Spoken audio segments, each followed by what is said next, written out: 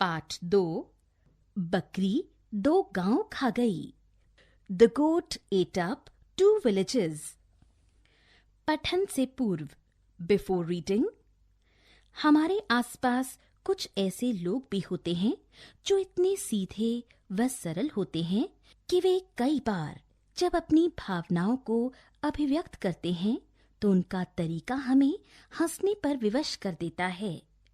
पाठ में एक ऐसे ही किसान का चित्रण किया गया है। सोचिए, लेट्स थिंक, यदि कागज का आविष्कार न हुआ होता तो बातों के लिखित प्रमाण लोग कैसे रखते? जीवन मूल्य, वैल्यूज, सच्चाई, ईमानदारी, सरलता, सहृदयता, नेक नियति, हास्यबोध। हाय, बकरी 2 गांव खा गई। एक आदमी आगरा की सड़कों पर रोता चिल्लाता घूम रहा था। लोग आश्चर्य में थे कि भला बकरी गांव कैसे खा सकती है। आखिर ये खबर बादशाह अकबर तक पहुंची। बादशाह ने उसे दरबार में बुलाया। उन्होंने उस आदमी को देखते ही पहचान लिया। बादशाह को याद आया कि वे कुछ समय पहले आगरा के पास किसी गांव में गए थे। वे बहुत थक गए थे। यह आदमी उन्हें वहां गन्ने के एक खेत में मिला था। उन्होंने उससे कहा था, भाई, थोड़ा गन्ने का रस पिला सकते हो? हाँ, आप बैठिए, मैं अभी लाया। अकबर एक पेड़ की छाया में बैठ गए। वह किसान खेत में गया, एक गन्ना तोड़ा और एक बड़े लोटे में रस निकाल कर ले आया। अरे वाह, ऐसा रस तो हमने पहले कभी नहीं पिया। जी, और यह सिर्फ एक ही गन्ने का रस है। क्या?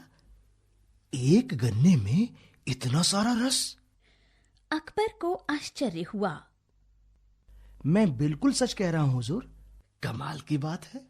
यह हमारे बादशाह की नीयत का कमाल है जनाब। अगर उनकी नीयत ठीक ना हो तो गन्नों से रस ही ना निकले। अच्छा, कितना लगान देते हो? जी, लगान तो सिर्फ 25 पैसे ही देने पड़ते हैं। सिर्फ 25 पैसे? बादशाह ने हैरान होकर पूछा। फिर वे सोचने लगे कि ऐसे रस वाले गन्ने के खेत पर लगान ज्यादा होना चाहिए। ठीक है, आगरा पहुंचते ही इसका लगान बढ़ा दूंगा। कुछ देर इधर उधर की बातें करने के बाद अकबर ने कहा, अच्छा भाई, चलने से पहले जरा एक लोटा रस और पिला दो। किसान लोटा लेकर चला गया। उसने एक गन्ना तोड़ा, लेकिन इस बार लोटा न भरा। फिर एक के बाद एक करके 3-4 गन्ने तोड़े और उनका रस निकाला। फिर भी लोटा न भरा। अकबर इस किसान का इंतजार कर रहे थे। सोच रहे थे, इस बार तो इसने देर कर दी। तभी किसान मुंह लटकाए हुए आया और लोटा बादशाह की तरफ बढ़ा दिया। लोटे में थोड़ा सा ही रस था। अरे, क्या बात है? इतना कम रस लेकर क्यों आए? कुछ नहीं हुजूर, लगता है बादशाह अकबर की नीयत बिगड़ गई है। यह उसी का असर है। अकबर को लगा जैसे किसी ने उन्हें आसमान से जमीन पर पटक दिया हो।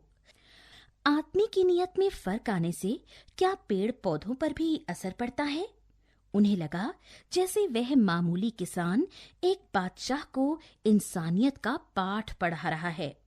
जहां नीयत अच्छी है वहां बरकत होती है, भंडार भरा रहता है।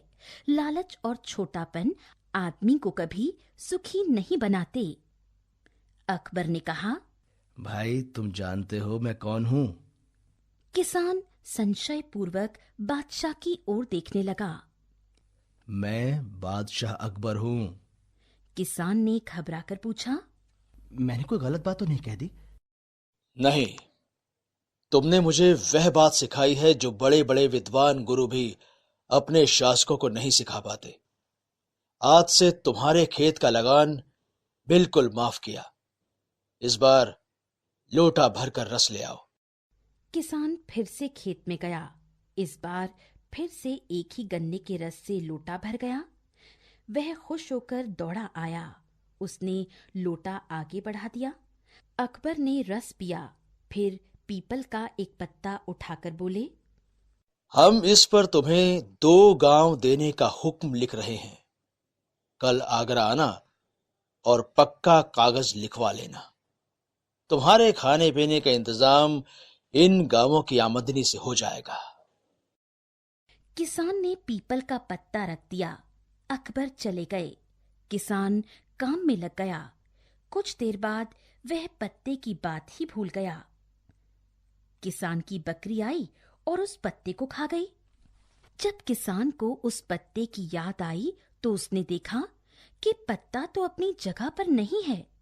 वह रोने चिल्लाने लगा। अब भला उसे बादशाह कैसे पहचानेंगे? उस पत्ते को देखे बिना गांव कैसे देंगे? वो जोर जोर से रोता चिल्लाता आगरा पहुंचा। हाय, बकरी 2 गांव खा गई। बकरी द्वारा 2 गांव खाने का किस्सा सुनकर बादशाह अकबर किसान के भोलेपन पर बहुत हंसे। उन्होंने फिर उसे 2 गांव देने का हुक्म लिखकर दिया और जाते जाते सावधान किया, इस बार इन गांवों को बकरी से बचाना। सारा दरबार कह कहूं से गूंज उठा।